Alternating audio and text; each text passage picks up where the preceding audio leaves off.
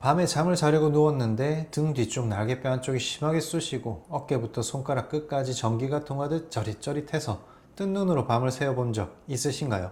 병원에 가서 검사를 해보면 목뼈 사이의 물렁뼈가 밖으로 밀려 나왔다며 경추 추간판 탈출증, 흔히 말하는 목 디스크 진단을 받게 됩니다. 당장 목을 수술해야 할지도 모른다는 생각에 덜컥 겁부터 나고 막막하셨을 그 마음에 깊이 공감합니다. 목과 어깨가 뻣뻣하고 아프다 보니 인터넷을 보고 무작정 목을 강하게 꺾는 스트레칭을 하거나 아픈 부위를 세게 주무르는 분들이 많습니다. 하지만 저는 오늘 흔한 마사지나 운동법을 알려드리지 않겠습니다. 무거운 머리를 버티는 척추의 힘이 이미 약해져서 디스크 껍질이 상한 상태입니다. 이때 뼛속 원인을 모른 채 무리해서 움직이거나 자극을 주면 오히려 신경을 더 누를 수 있기 때문입니다. 오늘 이 영상 하나로 목 디스크에 대한 불안과 궁금증을 편안하게 내려놓으실 수 있도록 뼛속에서 일어나는 진짜 이야기들을 차분하게 풀어드리겠습니다. 내 증상이 단순하게 목과 어깨 근육이 뭉친 것인지 진짜 디스크가 밀려 나온 것인지 구분하는 방법부터 시작하겠습니다. 디스크 껍질이 도대체 왜 찢어지는지 그 이유를 짚어보겠습니다. 그리고 뼈주사나 수술이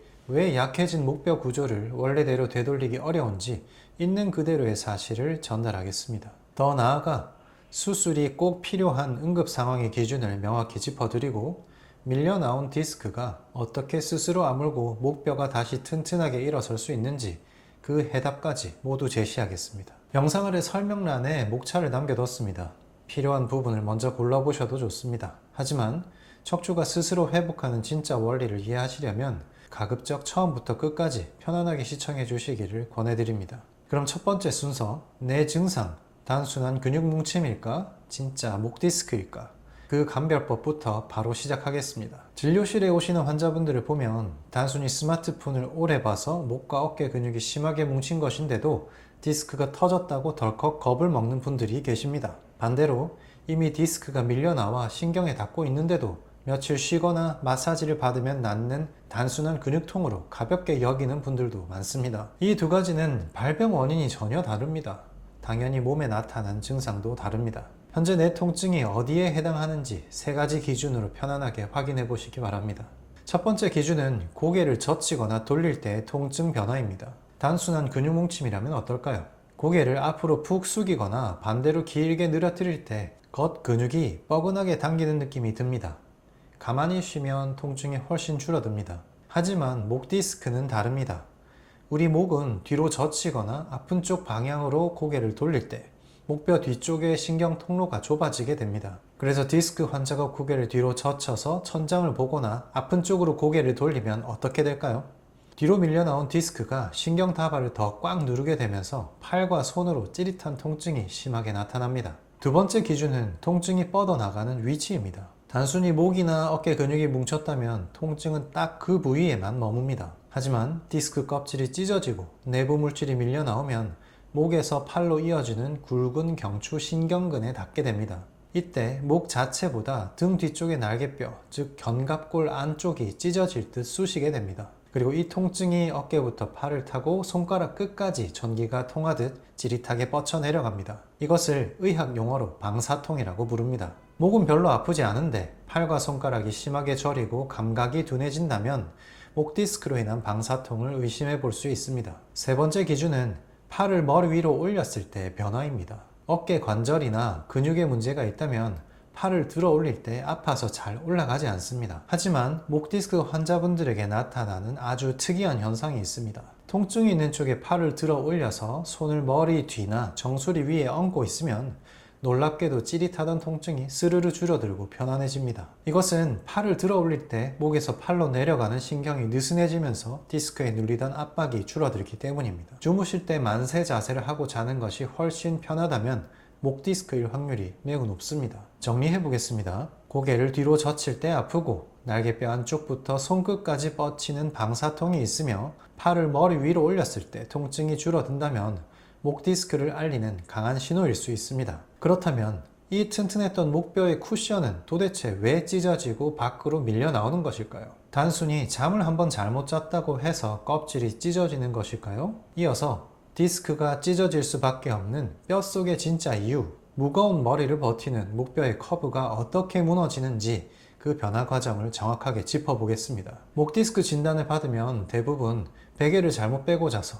혹은 갑자기 짐을 들다가 터졌다고 생각하십니다. 하지만 건강한 목뼈는 단순히 잠을 한번 잘못 잤다고 해서 물렁뼈가 쉽게 터지거나 찢어지지 않습니다. 목뼈 사이에 충격을 흡수하는 물렁뼈인 경추 추간판이 밖으로 밀려나오는 진짜 원인은 우연한 사고가 아닙니다. 오랜 시간에 걸쳐 무거운 머리를 지탱하는 목뼈의 뼈대가 변형되고 흔들리게 된 결과물입니다. 우리 목뼈는 무거운 머리의 무게를 부드럽게 분산하기 위해 완만한 C자 모양의 스프링 같은 커브를 유지하고 있습니다. 의학적으로 이것을 경추 전만이라고 부릅니다. 뼈와 뼈 사이에는 충격을 흡수해주는 디스크가 있습니다. 이 디스크는 질기고 튼튼한 껍질인 섬유륜이 내부의 부드러운 물질인 수핵을 단단하게 감싸고 있는 형태입니다. 하지만 스마트폰이나 모니터를 보느라 고개를 앞쪽으로 쭉 빼는 자세가 수년간 반복되면 어떻게 될까요? 머리 무게를 분산해주던 C자 커브가 점차 펴지게 됩니다. 목뼈가 일직선으로 꼿꼿하게 서는 일자목이나 앞으로 꺾인 거북목으로 뼈대의 형태가 변하게 되는 것이죠. 고개가 앞으로 1cm씩 빠질 때마다 목뼈 아래쪽 디스크가 짊어져야 하는 하중은 2배, 3배로 늘어납니다. 목 전체로 고르게 분산되어야 할 머리의 무게가 꺾여 있는 아래쪽 특정 디스크 한쪽 면만을 계속해서 짓누르게 되죠. 이 비정상적인 압력을 매일 견뎌내다 보면 목뼈를 잡아주던 뼛속 깊은 근육과 인대들이 점차 탄력을 잃고 헐거워집니다. 뼈를 고정해주던 힘이 약해지면 사람이 움직일 때마다 척추뼈가 단단하게 버티지 못하고 미세하게 흔들리면서 어긋나게 됩니다. 이거를 경추 불안정성이라고 부릅니다. 척추뼈가 단단하게 고정되지 못하고 흔들리기 시작하면 문제가 발생합니다. 뼈가 삐딱하게 기울어질 때마다 뼈와 뼈 사이에 있는 특정 디스크의 체중이 비정상적으로 쏠리게 되는 것이죠. 원래라면 척추 전체로 고르게 분산되어야 할 무거운 하중이 흔들리는 뼈 때문에 디스크의 한쪽 면만을 계속해서 강하게 짓누르게 됩니다. 이 압력을 수개월, 수년 동안 매일 견뎌내다 보면 아무리 질긴 디스크 껍질인 섬유륜이라도 결국 미세하게 금이 가고 약해질 수밖에 없습니다. 이렇게 껍질이 한계치까지 약해져 있는 상태에서 고개를 돌리거나 숙이는 작은 자극이 가해지면 마침내 껍질이 압력을 버티지 못하고 찢어지게 됩니다. 그리고 그 찢어진 틈 사이로 디스크 내부 물질인 수액이 밖으로 밀려 나옵니다. 밀려 나온 수액이 팔로 내려가는 신경다발을 꽉 누르게 되면서 손끝까지 심하게 저리고 아픈 방사통이 시작되는 것이죠. 결국 목 디스크는 갑자기 쿠션이 터진 단순한 사고가 아닙니다. C자 커브가 무너지면서 인대와 근육이 약해져 목뼈가 흔들리고 그로 인해 한쪽으로 쏠린 압력이 디스크 껍질을 찢어버린 뼛속의 뚜렷한 변화의 과정입니다. 그렇다면 이렇게 껍질이 찢어지고 내부 물질이 밀려나와 목과 팔의 신경을 누르고 있는 상황에서 병원에서는 보통 어떤 치료를 권할까요? 그리고 그 치료들은 일자목으로 변해버린 목뼈 기둥을 정말 튼튼하게 되돌려 놓을 수 있을까요? 병원에 가서 목 디스크 진단을 받고 통증이 심할 때 가장 먼저 처방받는 것은 목 신경 주변에 직접 약물을 쏘아 넣는 신경 차단술, 이른바 뼈주사입니다. 이 주사에 포함된 소염제와 마취 성분은 신경에 발생한 염증을 가라앉히고 뇌로 가는 통증 신호를 차단합니다. 당장 밤에 잠도 못 잘 만큼 아플 때 이 주사는 통증을 덜어주는 아주 고마운 역할을 하죠. 하지만 우리 몸의 뼈대 관점에서 이 치료의 한계를 아셔야 합니다. 주사의 약기운이 신경을 잠재워서 통증을 느끼지 못하게 만드는 그 순간에도 찢어진 디스크 껍질인 섬유륜이 저절로 꿰매지거나 밖으로 밀려나온 수액이 원래 자리로 쏙 들어가는 것은 아닙니다. 거북목이나 일자목으로 변해버린 목뼈의 구조, 그리고 뼈를 지탱하지 못하는 헐거워진 인대는 주사를 맞기 전과 똑같이 남아 있습니다. 약효가 떨어지면 목뼈가 다시 흔들리면서 밀려나온 디스크가 신경을 찌르게 되고 어김없이 통증이 다시 찾아오는 이유가 바로 이 때문입니다. 이렇게 주사나 시술을 반복해도 통증이 잡히지 않으면 병원에서는 결국 밀려나온 디스크 부위를 잘라내는 디스크 절제술이나 목뼈를 금속 나사못으로 고정해버리는 척추 유합술을 권하게 됩니다. 신경을 누르던 수액 덩어리를 잘라냈으니 당장 팔과 손끝으로 뻗치던 심한 저림과 통증은 줄어들 수 있습니다. 하지만 여기서 목뼈 전체를 약하게 만들 수 있는 구조적으로 매우 주의해야 할 변화가 발생합니다. 우리 목은 허리와 달리 하루에도 수천 번씩 상하 좌우로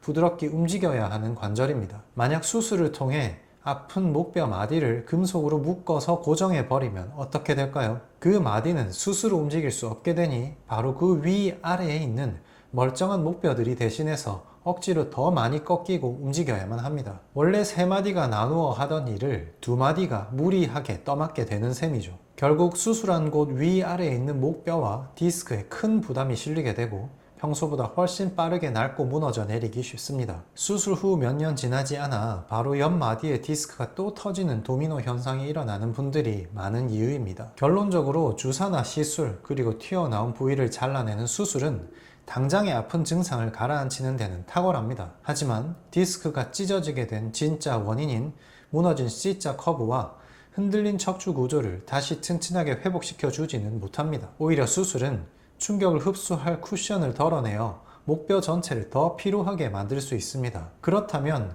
밀려나온 목 디스크는 무조건 수술로 잘라내야만 하는 걸까요? 수술 외에는 찢겨진 디스크가 아물 방법이 정말 없는 걸까요? 수술이 목뼈에 부담을 줄 수는 있지만 무조건 피해야만 하는 것은 아닙니다. 신경이 본래의 기능을 잃어가는 응급 상황에서는 뼈와 인대를 덜어내는 한이 있더라도 수술을 고려해야 합니다. 의학적으로 수술을 서둘러야 하는 응급 상황은 크게 2가지입니다. 첫 번째는 손과 팔에 힘이 툭 빠지는 운동마비입니다. 단순히 팔이 저리고 아픈 통증과는 다릅니다. 뇌에서 손으로 보내는 운동 명령이 끊어져서 근육이 힘을 잃어버리는 상태입니다. 식사할 때 젓가락질이 자꾸 어긋나거나 와이셔츠 단추를 채우기 힘들 정도로 손가락의 정교한 움직임이 안 된다면 신경이 매우 심하게 눌려 있다는 뜻입니다. 2번째는 걸음걸이가 비틀거리는 경추척수증입니다. 목뼈 한가운데를 지나는 아주 굵은 신경 다발인 척수가 꽉 눌리게 되면 다리에 힘이 빠지고 걷다가 다리가 꼬이면서 걸음걸이가 휘청거리게 됩니다. 이 2가지 상황이라면 신경이 더 상하기 전에 수술을 깊이 고려하셔야 합니다. 하지만 반대로 생각해 보십시오. 지금 팔과 날개뼈가 심하게 아프고 밤에 잠을 못 자더라도 손가락으로 물건을 꽉 쥘 수 있고 젓가락질을 잘 할 수 있다면 어떨까요? 통증을 강하게 느끼는 것 자체가 역설적으로 신경이 생생하게 살아있다는 증거입니다. 이런 경우에는 충격을 흡수할 쿠션을 덜어내는 수술을 급하게 서두를 필요가 없습니다. 그렇다면 수술을 하지 않으면 밖으로 밀려나온 디스크 내부 물질인 수액은 평생 목 신경을 누르며 남아있는 것일까요? 그렇지 않습니다. 우리 몸은 스스로를 치유하는 놀라운 면역 시스템을 갖추고 있습니다. 껍질 안쪽에 얌전하게 있어야 할 수액이 신경 통로 쪽으로 밀려 나오면 우리 몸의 면역 체계는 이를 낯선 외부 물질로 인식합니다. 이때 혈액 속의 면역 세포, 그 중에서도 대식 세포들이 밀려 나온 디스크 주변으로 모여듭니다. 이 세포들은 밀려나온 디스크 물질을 스스로 분해하고 조금씩 흡수하는 생물학적 작용을 시작합니다. 시간이 지나면서 대식세포 작용에 의해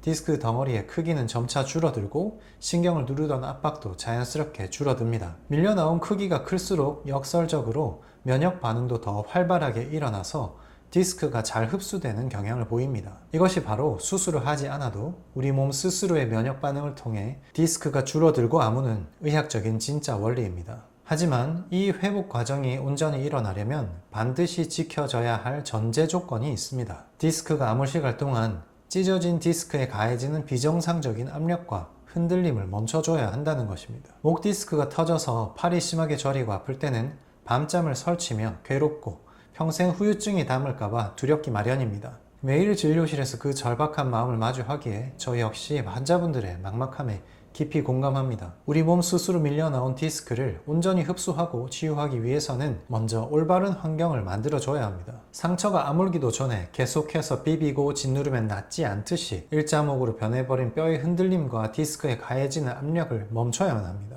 약손 유담의 척추 치료된 무작정 튀어나온 디스크를 잘라내는 것이 아닙니다. 뼈를 짓누르는 뼛속 원인을 찾아서 무너진 목뼈를 편안하게 바로 세우고 헐거워진 방어벽을 튼튼하게 채워넣는 재건 치료입니다. 목뼈를 일자로 뻣뻣하게 당기고 있는 억센 속근육들을 부드럽게 풀어주어 척추의 균형을 되찾아주고 디스크에 가해지는 압력을 덜어냅니다. 그와 동시에 찢어진 디스크 껍질과 늘어난 인대에 영양을 듬뿍 주어 단단하게 재생시켜야 합니다. 이 균형을 맞추는 과정과 재생을 돕는 과정은 어느 하나가 먼저 끝난 뒤에 다음 단계로 넘어가는 것이 아닙니다. 두 과정이 톱니바퀴처럼 동시에 맞물려 돌아가야만 밀려나온 목 디스크가 안전하게 흡수되고 목뼈가 무거운 머리를 거뜬히 버티는 힘을 되찾을 수 있습니다. 그렇다면 여기서 가장 중요한 질문이 남습니다. 수술로 피부를 째지 않고 목뼈와 찰싹 붙어있는 저 깊은 곳의 속근육과 찢어진 디스크 껍질에 도대체 어떻게 직접 수분과 영양 성분을 채워 넣을 수 있을까요? 그 구체적인 방법과 기존의 뼈주사와는 완전히 다른 무너진 척추를 바로 세우는 핵심 무기에 대한 모든 해답을